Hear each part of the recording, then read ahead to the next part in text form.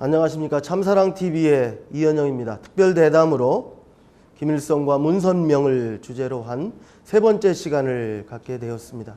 이번 시간에는 문김회담의 전후로 되어졌던 내용들을 중심으로 이야기를 나누고자 합니다. 특별히 네 가지 합의사항을 중심으로 되어진 내용을 집중적으로 이야기를 나눠보겠습니다. 우리 윤환 교수님 나와주셨습니다. 반갑습니다. 네, 안녕하세요. 예, 교수님 이 자리가 우리 문선명 총재님께서 많은 정성과 기도를 들이셨던 자리에 와 있습니다. 네. 여기 특별히 고르바초프와 함께 회담 이후에 한국을 방문하시고 바로 이 한남동 공간에 오신 적이 있습니다. 소감이 어떠신지. 예. 그래서 우리 문선명 총재님께서 활동하신 영역, 특히 고르바초프의 전 소련 대통령이 직접 이곳에 올 수 있도록 또 초청을 해요. 네 분이 이 자리에서 계셨고 또 여기서 서로 우정과 우위와 신뢰를, 사랑을 또 세계 평화를 위해서 논의를 할 수 있는 그런 역사적 장소이기 때문에 정말 저희 후학들이 또 많이 역사적 현장에서 좀 체험하고 체득하고 많은 걸 느끼고 가는 그런 좀 엄숙하고 숭고한 마음이 듭니다. 예, 문김회담 전에 더 큰 사건 중에 하나는 바로 고르바초프를 만난 사건입니다. 네. 교수님, 문선명 총재와 고르바초프의 만남을 어떻게 규정해야 할까요? 예, 1990년 4월 11일에 이제 문 총재님하고 고르바초프 당시 소련 대통령이었죠. 같이 모스크바에서 회담을 갖게 됐는데 여기에 대해서는 당시에도 역사적 대사건이고 이변이다 이런 평가들이 나왔었거든요. 그래서 이제 구체적으로 이 당시 문 총재님이 가실 때에 거의 세계 언론인 대회가 열렸었죠. 거기서 세계 언론인 대회가 열렸고 또 동시에 당시 세계 평화 정상 회의가 또 같이 열리게 되고 동시에 중남미 어떤 협의 기구도 같이 문 총재님께서 그걸 이제 설정해서 당시에 문 총재님에 대한 세계적인 지도자적 지도력, 리더십 이걸 고르바초프도 알고 있었기 때문에 공항에서부터 국빈급 예우를 해서 문 총재님을 모시고 갈 정도로 이렇게 상당한 관심을 가졌었고요.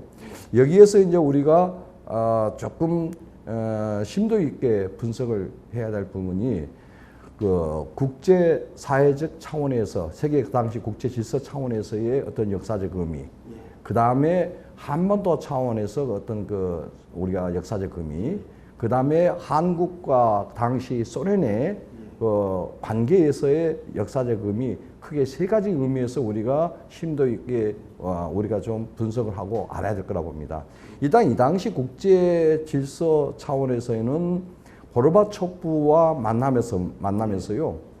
공산주의 정원, 공산주의는 멸망한다, 망한다, 포기해라. 그다음에 종교의 자유를 갖다가 그걸 인정해라. 이런 문제들. 또 그렇게 하게 됨으로써 그다음 회담의 합의 내용에서도 마찬가지였습니다만은 한국과 소련의 외교 국교를 수립하는 문제. 그다음에 한반도 평화 문제와 관련된 이야기. 그다음에 이제 종교의 자유 등을 내세우면서 당시 추진하고 있던 고르바초프의 페레스트라이카 또 글라스노스트 정책, 계획과 개방 정책에 대한 쉽게 말하면 앞으로의 가능성에 있을 때는 철저하게 공산주의를 버리고 자본주의, 민주주의 체제로 들어와야 된다는 그런 입장에서 서로가 많은 이야기를 나눴기 때문에 이게 이제 국제 질서 차원에서는 냉정을 종식시키는 결정적인 전환이 될 수 있는 만드는 회담이 됐던 거죠. 그래서 이제 91년에 12월 달에 소련이 이제 붕괴되고 말하지 않습니까? 그 다음에 이제 한반도 차원에서 평화 문제는 바로 당시 노태우 대통령의 한소 정상회담에 대한 건의도 했고 또 정부에 강력히 하면서 당시 90년 9월 10일이었죠. 한소 두 외무장관들이 유엔 회의장에서 서로 공동선언하고 국교 수립에 대한 합의를 유도시키는데 역할을 또 했었고 이어서 1년 그 한 7개월 후에 바로 91년 12월 6일 날 우리 그 문 총재님께서 방북하셔가지고 김일성 주석과 단독 회담을 했지 않습니까? 예. 이런 것을 그 만들어냈고요. 이제 그 마지막으로 한소 수교라든가 한반도 문제, 그 다음에 국제 질서, 냉전 종식에서 어떤 그 공산주의의 종언에 대한 서막을 몸소 실천하는 그런 역사적인 그 만남이었다, 그렇게 보여집니다. 예. 이 말씀을 듣다 보니까 문선명 총재의 만남들은 우연한 만남이 아니라 준비되어진 만남일 수 있고, 또 당국자 간에 또는 양국의 최정상들의 만남 이전에 물꼬를 트기도 하고, 때로는 그와 같은 일을 가속시키는 역할도 하신 것 같습니다. 그러니까 한소의 국교 정상화 이전, 또 남북 간에도 그와 같은 일을 선도적으로 해주신 부분이 있는 것 같습니다. 그런데 그 만남이 의례적인 만남이나 사진 찍는 만남은 아니셨다고 얘기를 들었습니다. 심지어는 그 고르바초프에게 어떻게 보면 당시 소련 공산주의 종주국에서 레닌 동상을 내리라는 그런 강한 말씀도 하셨다는 얘기를 들었습니다. 예, 레닌 동상을 내려라 하는 것은 공산주의를 버려라. 예. 이제 그런 것이 상징적으로 담아 있고요. 아까도 잠깐 언급했습니다. 종교의 자유를 인정해라. 이렇게 더 강하게 이야기하면서 또 공산주의는 망한다, 멸망한다고 직접적으로 상당히 이 당시 고르바초프가 그 일 듣고 이제 당황을 하고 당혹감을 감추지 못한 것으로 이렇게 알려지고 있는데, 그러면서 이게 문 총재님께서는 상당한 그 어떤 그 지도력, 리더십을 발휘하는 그 모습들이, 그러면서 한소수교를 통해서 적극적인 지원과 협력, 이것을 또 같이 지원해주겠다, 이렇게 이제 이야기를 했는데, 그걸 역사적으로 되돌아보면 참 재미있는 거요. 1985년에 이미 문 총재님께서는 당시 세계 평화 교수 협의회 참리총회에 85년이 이제 개최하게 되는데, 바로 이때 당시 제가 이제 알기로는 미국의 에드버리 교도소에 계셨지 않습니까? 그럴 때 이제 당시 시카고 대학의 유명한 저명한 정치학자인 멀턴 캐플린이 있습니다. 이분은 이제 이념이라든가 정치 사상, 정치 이념에 대해서 이 당시 세계적인 유명한 학자로 많이 알려져 있고, 정치학에서는 또 내놓으라는 분인데, 이분을 이제 불러서 8월 15일이 되기 전에 선언을 해라. 85년 8월 15일 전에. 그래서 그게 무슨 말씀이십니까? 어떻게 학자로서 잘못 말하면은 큰 학자로서 치명타이지 않습니까? 근데 해라. 어떻게, 그래서 왜 해야 되십니까? 그러니까 하신 말씀이, 볼셰비키 혁명이 1917년 러시아 혁명이 일어났지 않습니까? 그로부터 60년. 그렇게 계산을 이렇게 쭉 한번 제가 해보게 되니까 1977년이 60년이더라고요. 60년이 되면은 서서히 붕괴라든가 이게 무너지는 징후가 나타난다. 신드로마가 나타난다. 결정적으로 이제 70년이 되면은, 그래 계산하면은 이제 1987년 아닙니까? 1987년이 되면은 70주년이면 완전히 멸망할 것이다. 그러니까 85년 8월 10일에 너가 먼저 해라. 그렇게 해서 강하게 이제 이야기하니까, 그러면 그걸 공산주의의 종은 멸망으로 하지 말고 공산주의 감소, 쇠퇴, 이걸로만 안 되니까 이제 바로 칼을 내시면서 바로 당신 같은 석학부터, 당신 같은 학자들부터 이렇게 공산주의가 멸망한다고 말을 해야지 그게 전파력이 있는 것이고, 그게 당당하는 것이지 왜 숨기려고 그러냐. 그런 것들이 역사적 사건 속에서 연속되면서 이게 이제 1987년 10주 아닙니까? 예견대로 그분의 예지력대로 1987년을 기점으로 해서 세계 사회주권, 공산주권, 동구 유럽에서 붕괴가 시작됐지 않습니까? 무너지면서 이게 결국은 종주국인 소련이 91년에 12월 6일에 붕괴된 걸 연계되고, 또 이게 이제 베를린 장벽 1989년에 그 붕괴와 동시에 또 독일 통일이 1990년 이제 10월 3일 이렇게 이루어지는 이런 역사적 사건들을 이미 85년에 공산주의 종언을 말씀하시면서 내놓은 논리 이론, 볼셰비키 혁명은 60년, 1970년에 징후가 나타나기 시작하고, 그 다음에 1987년, 70년에는 멸망을 할 것이다. 이렇게 하면서 추진하는 그 연속선상에서 고르바초프와의 만남 이게 이루어진 것으로 그렇게 보여집니다. 지금 베를린 장벽의 그 붕괴에 대한 이야기를 해주셨는데요. 하나의 사건이 공산주의의 종언을 선언하셨지만 또 아무런 행동이 없으셨던 건 아니거든요. 그의 큰 아드님 되시면서 당시 세계대학 원리연구회 월드카프의 세계 회장이셨던 문효진 회장이 그 베를린 장벽에서의 그 연설했던 내용들이 있는데요. 그 내용을 우리 영상으로 좀 먼저 한번 보시겠습니다. 당시 월드카프 유럽 회장이신 우리 사광계 회장께서 그 당시 상황을 좀 이야기해 주시겠습니다. 뭐 아시는 것처럼 베를린 장벽이 무너진 것은 1989년이잖아요. 그러니까 베를린 장벽이 무너지기 전에 마지막으로 공산당들이 그야말로 참 안간힘을 다해서 극렬하게 반대하던 그런 그 시대였죠. 그다음에 베를린 장벽에 가보니까 이제 우리가 행사하기로 한 그 이제 그 장소 앞에 한 200여 명의 공산당들이 많은 플래카드를 들고 우리의 대회를 반대하는 그 데몬스트레이션을 하고 있었거든요. 근데 그 당시에 이제 베를린 장벽을 설치할 때 장벽 부담도 한 6m 뒤에다가 장벽을 설치해서 사실상은 서독이지만은 그 땅은 동독 땅이에요. 근데 교수님께서는 그야말로 비장하면서도 참 심각한 태도로 참사랑을 통해서 베를린 장벽을 참 무너뜨려야 된다. 그리고 그 사람들에게 손가락질하면서 여러분들도 나와 같이 조인해서 참사랑으로 베를린 장벽을 무너뜨려야 한다 하는 그 참 눈물 흘린 호소를 하고 마지막에 단에서 뛰어내려서 장벽을 붙들고 장벽에 손을 대고 통곡을 하면서 기도했던 그 장면은 지금도 참 눈에 선하고 잊을 수 없는 감격적인 그러한 사건이었지요. 그 당시에. 예, 그 당시 상황을 사광계 회장의 말씀을 들으니까 다시 가슴이 뛰고 설렘이 큽니다.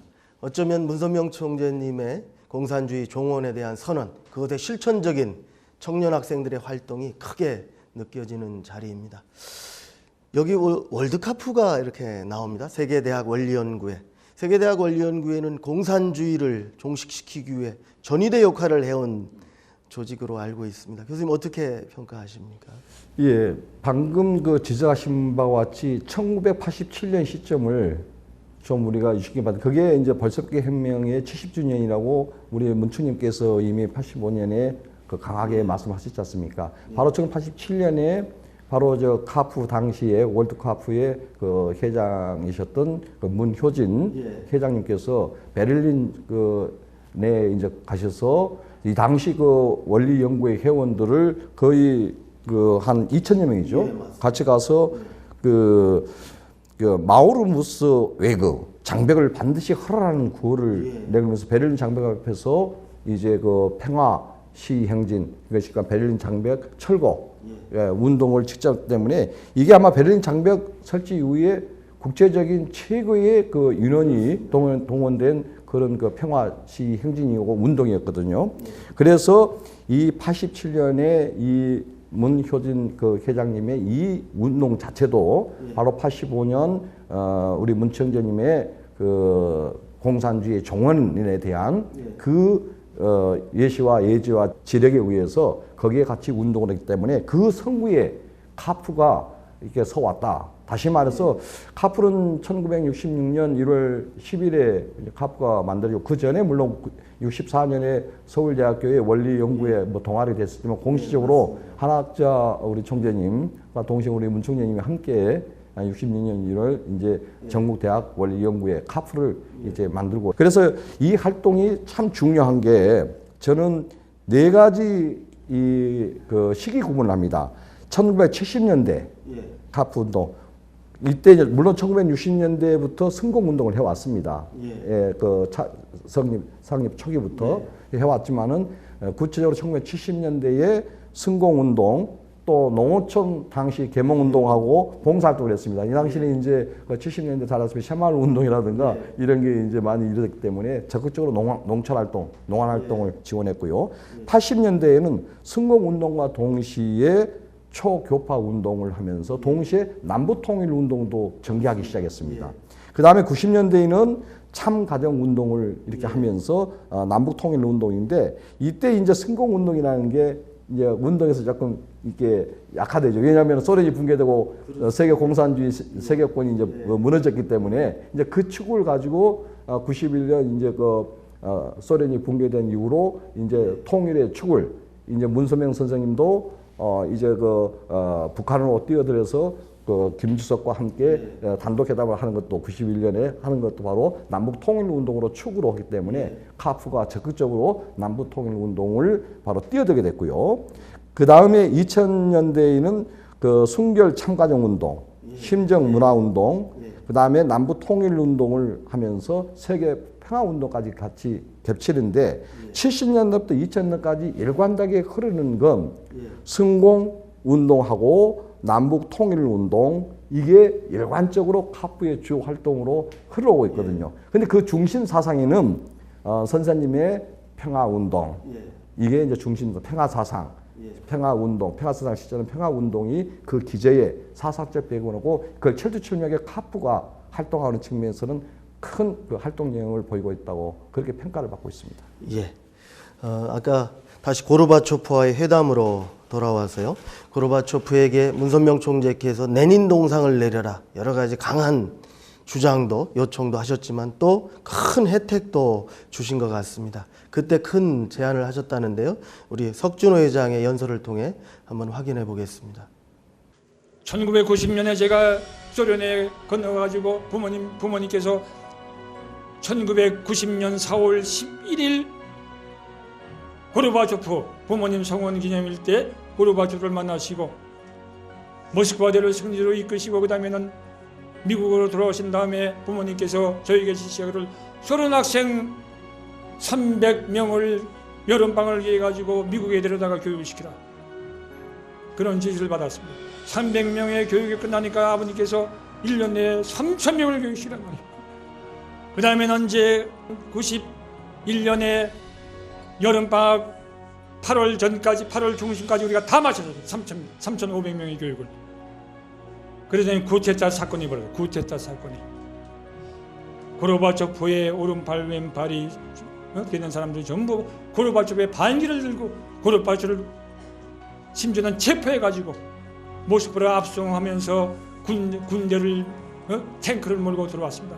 거기에 앞장서서 싸워가지고 그 구테타를 막은 그 주동 인물들이 바로 총재 우리 부모님의 교육을 미국에서 교육을 받아가지고 새로운 비전과 희망을 얻은 학생들이 나서가지고 구테타를 분쇄했습니다. 이것은 문교부에서 국가교육위원회에서 발표한 내용입니다.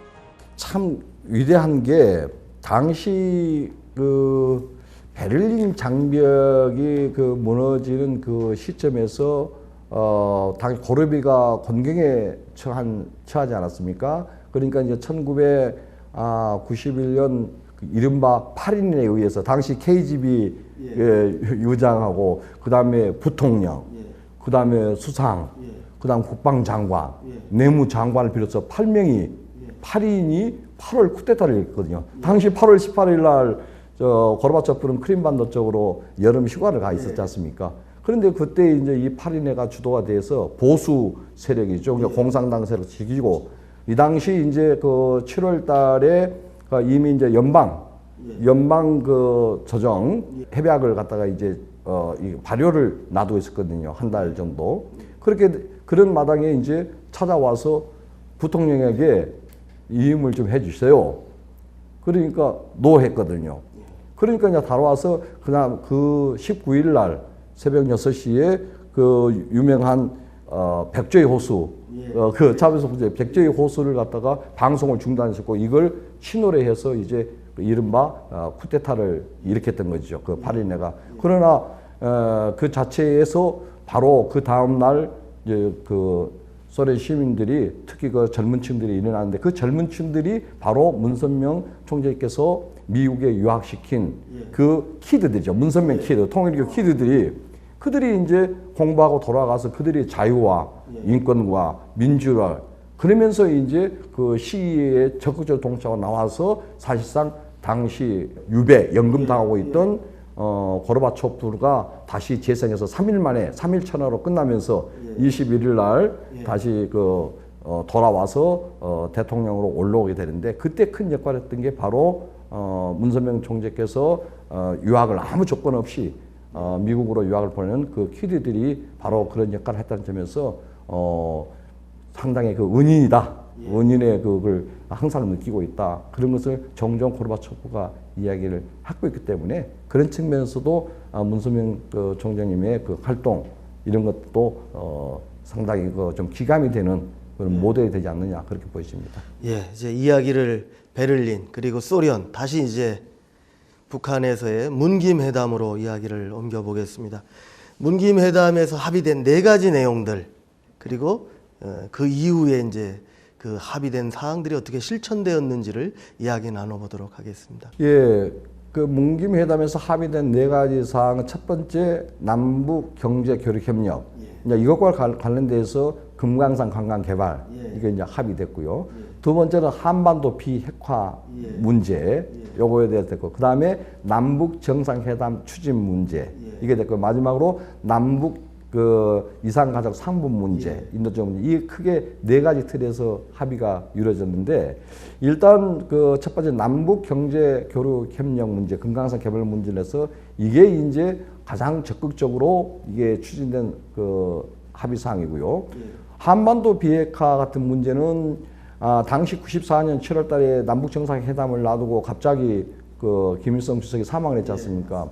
그러니까 이럴 때 문 총재님께서 당시 그 세계일보 사장이었던 박부희 사장님을 불러가지고 회장님한테 너 당장 그 조문을 가라. 근데 이 당시는 우리 한 공안 정국이었지 않습니까? 그래 그 정부에서는 허가도 내주지 않거니와 그 난리가 나인 상태인데 무조건 가라고 이렇게 지시를 내리시니까 그 가면은 어떻게 갑니까? 힘들게. 그러니까 힘든 상이라도 압록강을 헤엄치듯이 건너서라도 가라.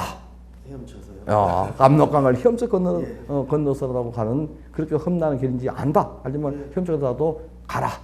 그렇게 해서 이제 그 조문을 갖지 않습니까? 이 당시 이제 우리 그 통일가의 그 대표단을 같이 하고 이제 가서 신뢰를 쌓게 되고 약속을 지키게 되고, 그럼으로써 이제 김정일 당시 국방위원장이 나중에 그 아버지의 세대의 그분들의 그 정, 우정, 인연, 이런 신뢰, 이런 문제를 받들어서 가는 계기를 하고, 바로 그게 이 당시 그 북한 핵 문제가 93년, 4년에 엄청난 북한에 대한 그 한반도 비핵화 문제 컸지 않습니까?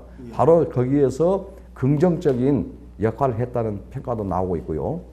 남북 정상회담 추진 문제는 노태우 당시 그 대통령에게도 회담 마치고 나서도 건의를 했고, 그 다음에 이제 김영삼 정부에게도 건의를 했고, 김영삼 정부에는 적극적으로 추진해서 당시 그 7월 말에 94년 7월 말에 정상회담 개최를 놔두고 김주석이 사망하면서 불발됐고 2000년에 정상이 되지 않습니까? 근데 그걸 추진하는데 적극적으로 역할을 하시면서 합의가 됐던 것이죠. 그러면 어떻게 보면 4개항의 합의 사항을 직접적으로 실천하시고 이끌어 가신 부분도 있고, 또 그렇게 될 수 있도록 역할을 하신 부분도 있고, 때로는 두 분의 만남의 어떤 신뢰, 의리라고 할까요?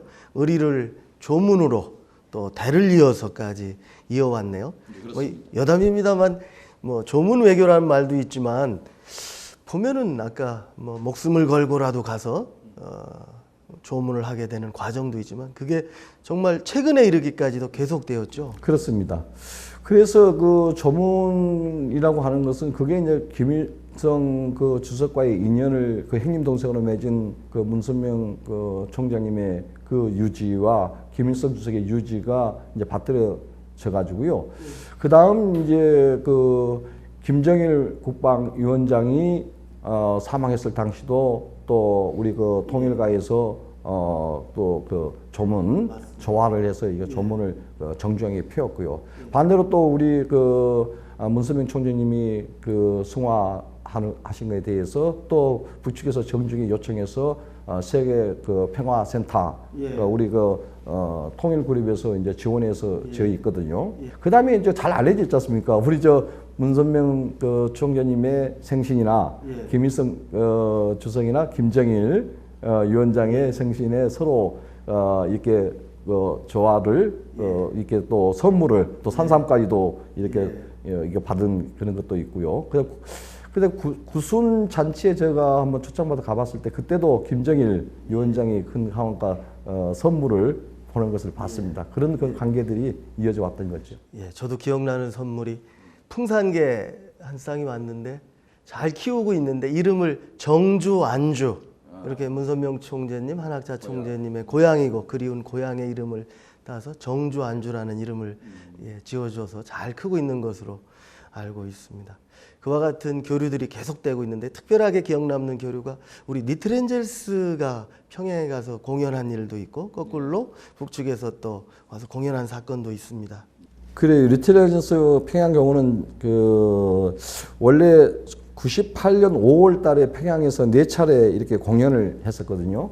그래서 인민문화궁전, 망경대 학생소년궁전, 만수대 예술극장, 그 다음에 만수대 예술극장 이런 데서 이제 그 4차례 공연을 했었는데 이 당시 리틀레전스가 공연을 했을 때 북한의 인민들이 그걸 보고 북한 지도층뿐만 아니라 인민들이 그걸 보고 정말 피는 물마다 지나는 그 감정 있지 않습니까? 그걸 그대로 토해내면서 눈물바다가 되고 서로 부둥켜 안고 하나가 되고 그런 것도 감정의 문화, 감성의 문화, 감정의 문화가 심정 문화가 하나로 이렇게 통일되고 통합될 수 있다는 중요한 문화적 교류의 중요성을 최초로 분단사상 최초로 리틀레전스 가서 공연했지 않습니까? 그때 또 반대로 화답으로 물론 평양 북한의 청년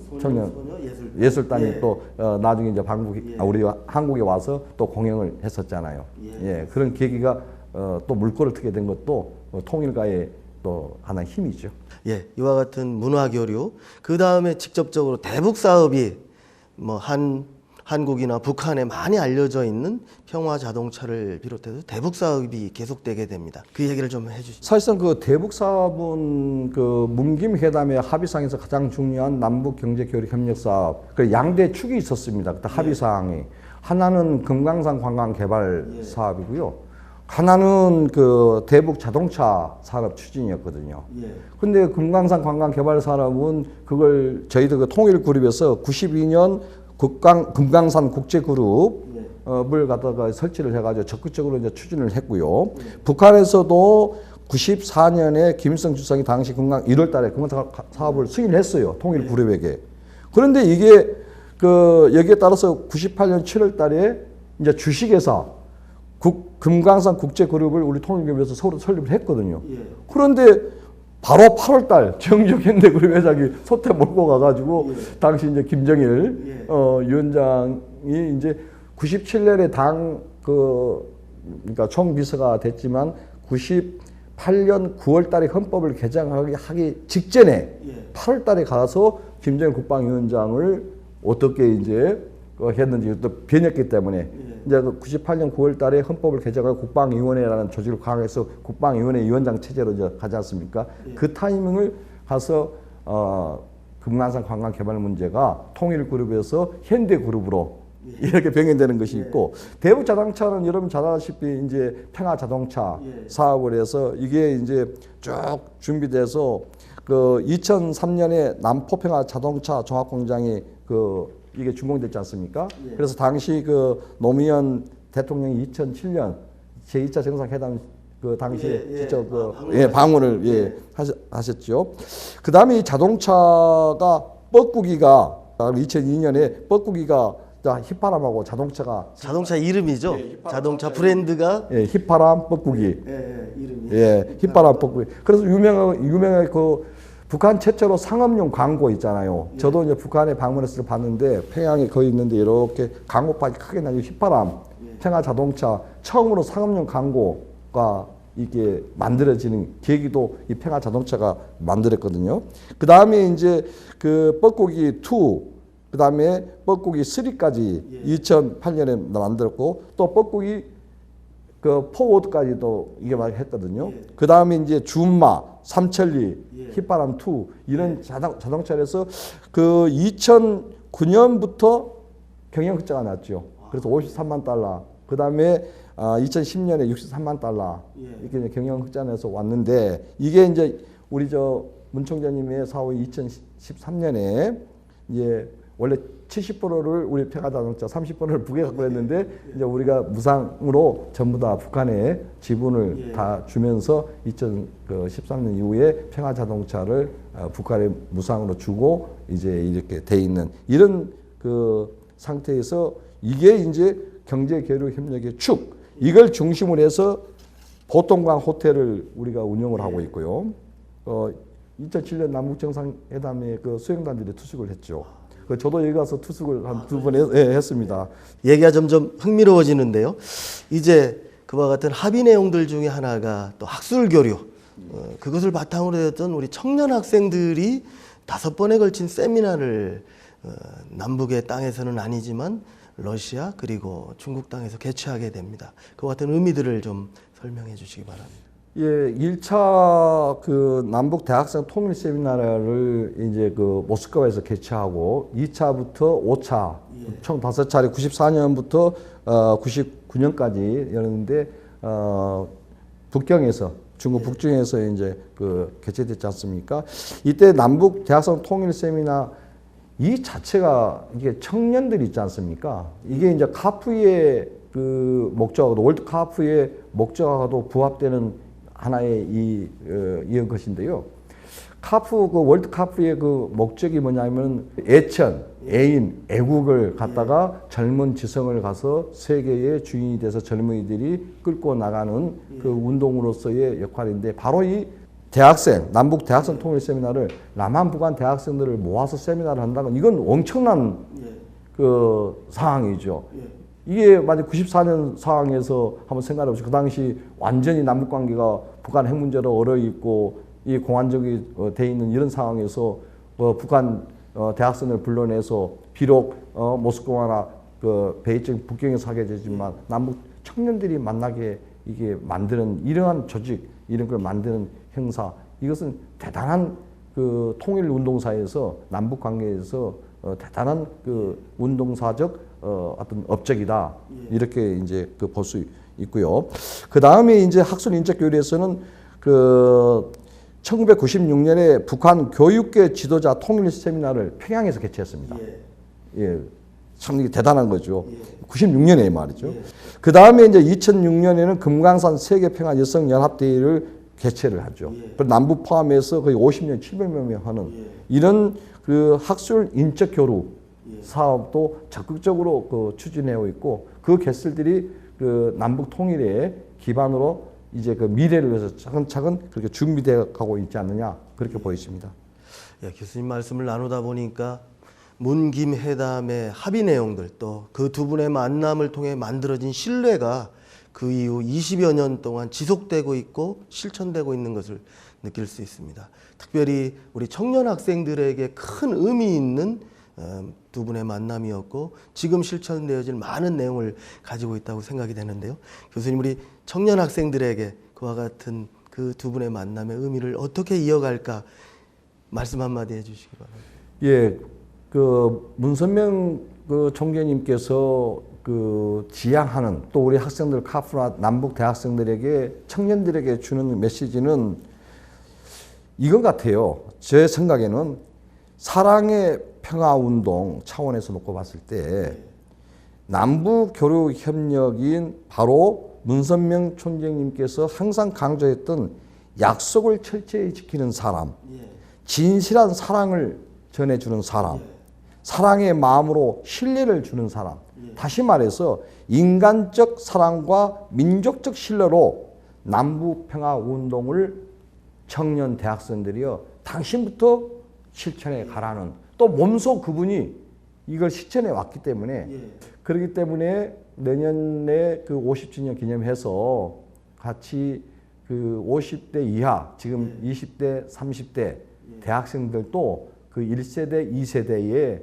그 평화 실천 운동, 그 선생님께서 몸소 실천하고 그걸 학생, 청년들에게 원하고 원리 연구회 대학생들에게 원하는 그 전통을 좀 전환기를 내년에 한 단계 업그레이드 될 수 있는 전환기를 좀 이뤘으면 좋겠다. 문선명 총재께서는 평양에서 첫 말씀 가운데 피는 물보다 진하다는 말씀을 하셨습니다. 그리고 회담 이후에 참사랑은 피보다 진하다 이런 말씀을 하셨습니다. 그것을 실천하기 위해 살아오신 삶의 내용들을 저희들이 한번 돌이켜봤습니다.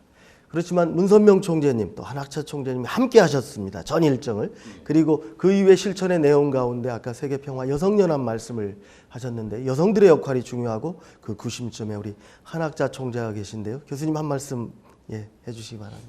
예, 그 한학자 총재께서는 그 북한과의 그 통일 운동이나 남북 관계 이것을 문선명 그 총재님의 유지를 받들어서 계속해서 그 추진해야 된다는 그런 그 의지를 갖고 계시거든요. 그래서 이제 방북 의사도 갖고 계시는 걸로 이렇게 알고 있습니다. 왜냐 그러면 당시 우리 문선명 총재님께서 이제 성화하셨을 때에 분향소를 했을 때 당시 그 평양에 장성택 국방위 부위원장하고 김양건 당 통일전선 부장이 방문해서 김정은의 그 맹의의 조화를 전해주면서 우리 한 총재님을 초청을 하기 때문에 그게 계속 유효하다.